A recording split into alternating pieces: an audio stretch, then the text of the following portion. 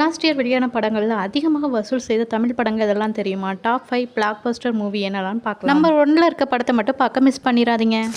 Number 5 இந்த இடத்துல Sundar C அவர்கள் இயக்கத்தில் வெளிவந்த அரண்மனை 4 படம் இருக்குது.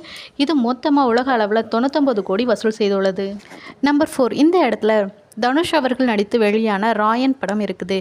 இந்த படம் உலக அளவில் 154 கோடி வசூல் செய்துள்ளது. நம்பர் 3 இந்த இடத்துல ரஜினி அவர்கள் நடித்த வேட்டையன் படம் இருக்குது. இந்த படம் மொத்தத்தில் 253 கோடி வசூல் செய்துள்ளது. நம்பர் 2 இந்த இடத்துல சிவகார்த்திகேயன் சாய் பல்லவி அவர்கள் நடித்து வெளியான அமரன் மூவி இருக்குது.